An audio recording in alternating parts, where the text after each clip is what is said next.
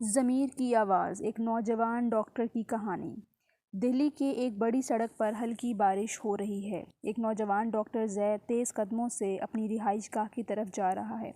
وہ ایک مشہور ہسپتال میں نیورو سرجری کا ماہر ہے، لیکن آج اس کے دل میں ایک عجیب سی بے چینی اور ہلچل تھی۔ اپنے فلیٹ میں پہنچ کر زید وضو کرتا ہے اور نماز پڑھتا ہے، مگر اس کے دل میں ایک عجیب سا بوجھ محسوس ہوتا ہے۔ ایسے لگتا ہے جیسے کوئی اسے دیکھ رہا ہو۔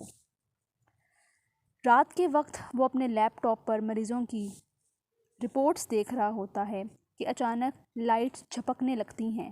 پھر اچانک لیپ ٹاپ کی اسکرین پر کسی کا عکس نظر آتا ہے، جیسے کوئی اس کو پیچھے سے دیکھ رہا ہو اور اس کے پیچھے کھڑا ہو۔ وہ پیچھے فوراً مڑ کر دیکھتا ہے، لیکن کمرہ خالی ہوتا ہے۔ اسے پسینہ آ جاتا ہے، مگر وہ خود کو سنبھالتا ہے اور سب کچھ نظر انداز کرنے کی کوشش کرتا ہے۔ اگلے دن ہسپتال میں وہ ایک نئی مریض کا معائنہ کر رہا ہوتا ہے۔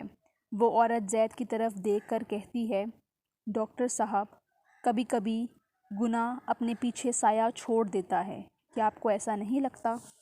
زید دوبارہ دہراتی ہے، ڈاکٹر صاحب، کبھی کبھی گناہ اپنے پیچھے سایہ چھوڑ دیتا ہے، کیا آپ کو ایسا نہیں لگتا؟ زید چونک جاتا ہے۔ وہ مریضہ کو غور سے دیکھتا ہے۔ اس کی آنکھوں میں ایک عجیب سا خوف ہوتا ہے۔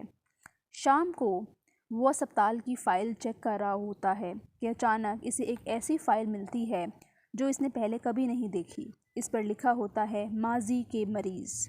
وہ فائل کھولتا ہے اور اندر ایک مریض کی تفصیلات پڑھتا ہے جو 1 سال پہلے اس ہسپتال میں داخل تھی اور پیچیدہ سرجری کے دوران انتقال کر چکا تھا۔ وہ آدمی مریض کا نام دیکھ کر اس کے ہاتھ کانپنے لگتے ہیں۔ یہ وہی شخص تھا جس کی سرجری زید نے کی تھی، لیکن اسے کچھ ایسا ہوا تھا جس کی وجہ سے وہ ایک مریض بچ نہ سکا۔ زید لگا دیتا ہے۔ جیسے وہ صورت مکمل سنتا ہے، اس کے دل کا بوجھ کچھ ہلکا ہو جاتا ہے۔ ہسپتال پہنچ کر وہ اس مریض کے خاندان کو تلاش کرتا ہے اور اس سے ملنے کا فیصلہ کرتا ہے۔ جب وہ مریض کی بیوہ اس سے ملتی ہے تو اس کی آنکھوں میں آنسو آتے ہیں۔ ڈاکٹر صاحب، میں نے آپ کو کبھی قصوروار نہیں سمجھا، مگر کیا آپ نے کبھی اپنے رب سے معافی مانگی؟ یہ جملہ زید کے دل پر بجلی کی طرح گرتا ہے۔ وہ فوراً مسجد جاتا ہے اور پہلی بار سچے دل سے اللہ کے حضور گڑ گڑا کر معافی مانگتا ہے۔ مسجد میں جب وہ نماز پڑھ رہا ہوتا ہے، ایک بزرگ اس کے کندھے پر ہاتھ رکھ کر کہتا ہے، بیٹا، دنیا میں انسان خطا کرتا ہے، مگر کامیاب وہی ہے جو اپنی خطا کو پہچان کر توبہ کر لے۔ زید واپس آتا ہے اور خود کو ایک نئے انداز سے دیکھتا ہے۔ وہ فیصلہ کرتا ہے کہ اب وہ اپنے پیشے کو عبادت کی طرح لے گا اور مریض کا علاج دیانتداری اور ایمانداری سے کرے گا۔ چند دن بعد وہ اپنے کلینک میں ایک اور مریض کی سرجری کر رہا ہوتا ہے۔ اس بار وہ ہر قدم سوچ سمجھ کر اٹھاتا ہے اور مکمل توجہ، ایمانداری اور دیانتداری سے سرجری کرتا ہے۔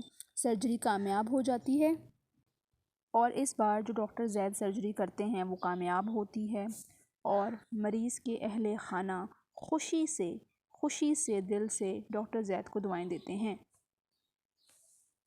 اس بار زید کے دل میں پہلی بار ایک حقیقی اطمینان محسوس ہوتا ہے اور وہ مسجد آ کر سارا واقعہ بوڑھے آدمی کو بتاتا ہے اور سکون اور اطمینان محسوس کرتا ہے۔ رات کو سوتے وقت وہ قرآن کی تلاوت کرتا ہے اور سورۃ مزمل کے الفاظ اس کے دل کو سکون دیتے ہیں۔ وہ سمجھ جاتا ہے کہ حقیقی کامیابی یہ نہیں کہ انسان اپنے مریض کو اپنے وقت نہ دے، بلکہ حقیقی کامیابی یہ ہے کہ وہ دنیاوی نہیں بلکہ آخرت کی تیاری بھی ساتھ ساتھ کرے۔ اگر زندگی میں کبھی انسان کسی کی حق تلفی کرے یا کسی کی حق تلفی ہو جائے تو انسان کو بالکل وقت ضائع کیے بغیر دوسرے انسان سے معافی مانگ لینی چاہیے۔